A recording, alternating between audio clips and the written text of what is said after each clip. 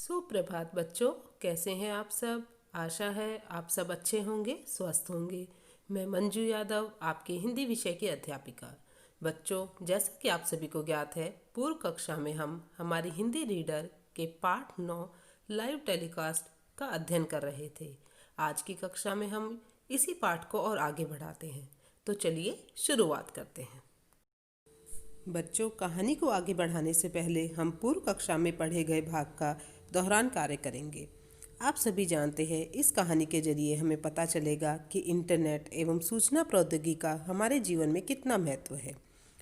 संकल्प एक 14 वर्ष का बालक होता है।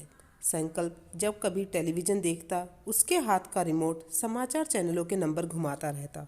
खुफिया कैमरों से भ्रष्टाचार को उजागर होते देखने में उसे बहुत मज़ा आता था। उसे प्रत्येक समाचार चैनल के पते, फ़ोन नंबर, ईमेल पते मुँह ज़बानी याद थे।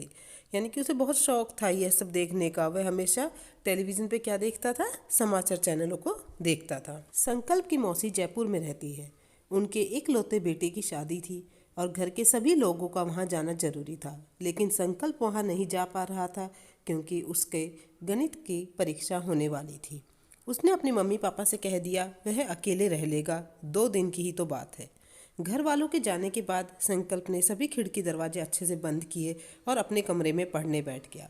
वह रात को 12 बजे तक लगभग पढ़ता रहा। फिर उसकी झपकी लग गई और उसने देखा, कुछ सुना कि कुछ खटर पटर की आवाज़ आ रही है और उसने पड़ोस के कमरे में खिड़की खोल के देखा तो वहाँ 2 चोर चोरी करने में लगे हुए थे। अब संकल्प क्या करता? वह हल्ला मचा नहीं सकता था और फ़ोन कहीं कर नहीं सकता था क्योंकि फ़ोन उसी कमरे में रखा था जहाँ चोर चोरी कर रहे थे। तभी उसे अपने टेलीविज़न के समाचार चैनल वाले ज्ञान की याद आई। उसका कंप्यूटर तो खुला ही हुआ था।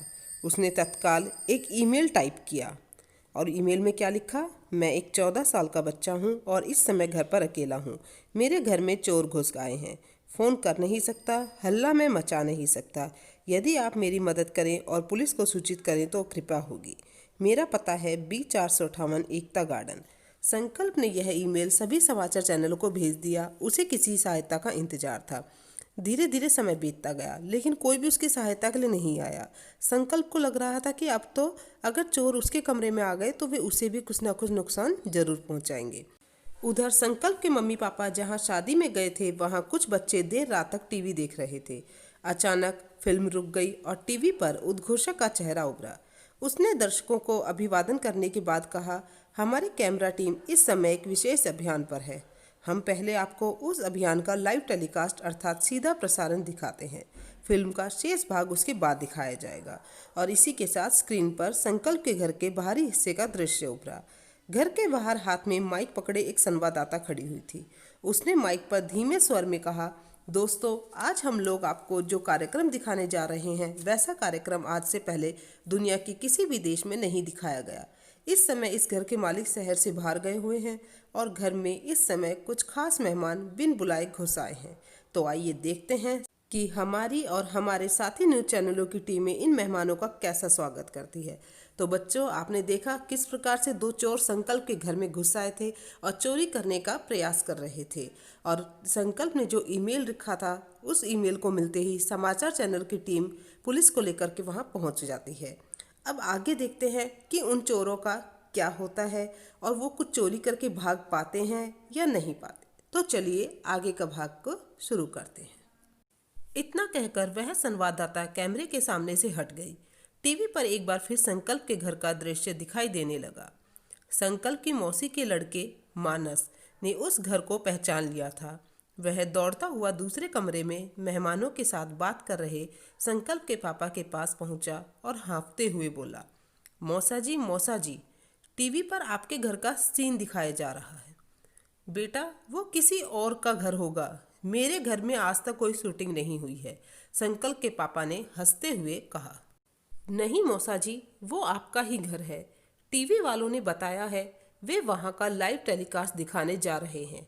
ऐसा कार्यक्रम आज से पहले कहीं नहीं दिखाया गया है, मानस ने जोर देते हुए कहा। संकल्प के पापा मानस की बात मानने के लिए तैयार नहीं थे, लेकिन उसकी मम्मी उत्सुकतावश उत्सुकतावश का अर्थ होता है बच्चों जानने की प्रबल इच्छा, यानी किसी चीज के लिए बहुत इच्छा होना है कि ऐसा क्या हो रहा है, जानने की प्रबल इच्छा। मानस के साथ चली गई। अगले ही पल उनकी चीख सुनाई पड़ी, जल्दी आइए, यह तो अपना ही घर है। कौन चीखा था? जी हाँ, संकल्प की मम्मी। और उन्होंने किसे आवाज लगाई? संकल्प के पापा को। सभी लोग दौड़कर टीवी वाले कमरे में पहुंचे। टीवी पर संकल्प के घर का दृश्य दिखाया जा रहा था। अचानक एक कमरे की खिड़की पर कुछ हलचल दिखी।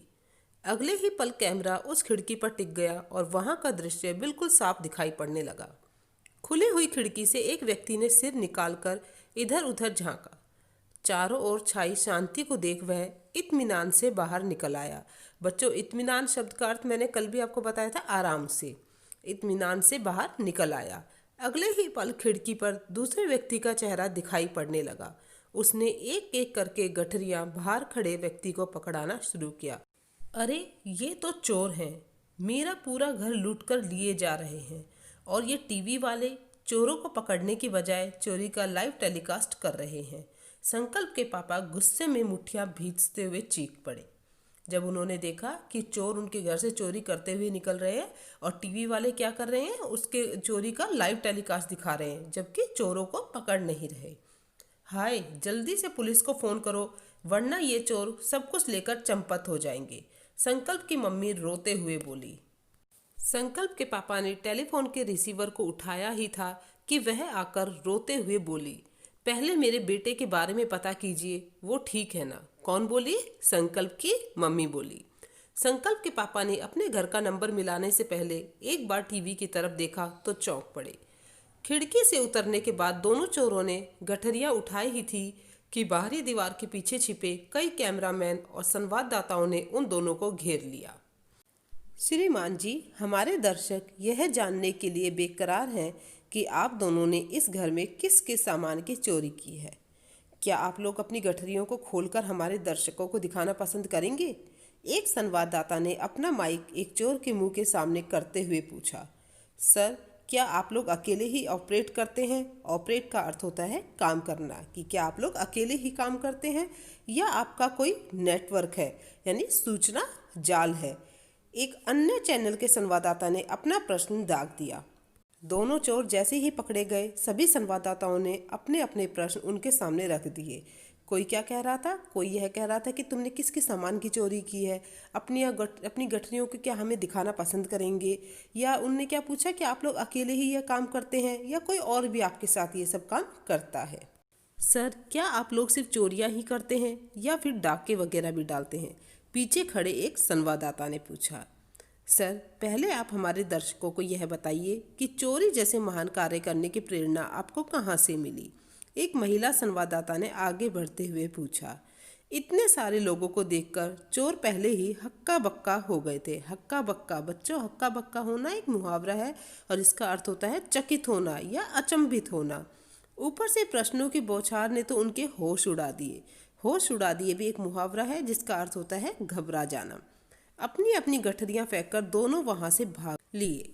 तो बच्चों, देखा आपने चोर किस तरह से संवाददाताओं द्वारा पूछे गए प्रश्नों से घबराकर वहां से भाग निकलते हैं। आज के लिए इतना ही। अगली कक्षा में हम पढ़ेंगे क्या वो चोर भाग पाते हैं या संवाददाताओं की टीम उन्हें पकड़ लेती है या पुलिस उन्हें पकड़ने आती है। तो हम अगली कक्षा में इस कहानी के आगे के भाग का अध्ययन करेंगे। अब हम बात करते हैं हमारे आज के कक्षा कार्य की।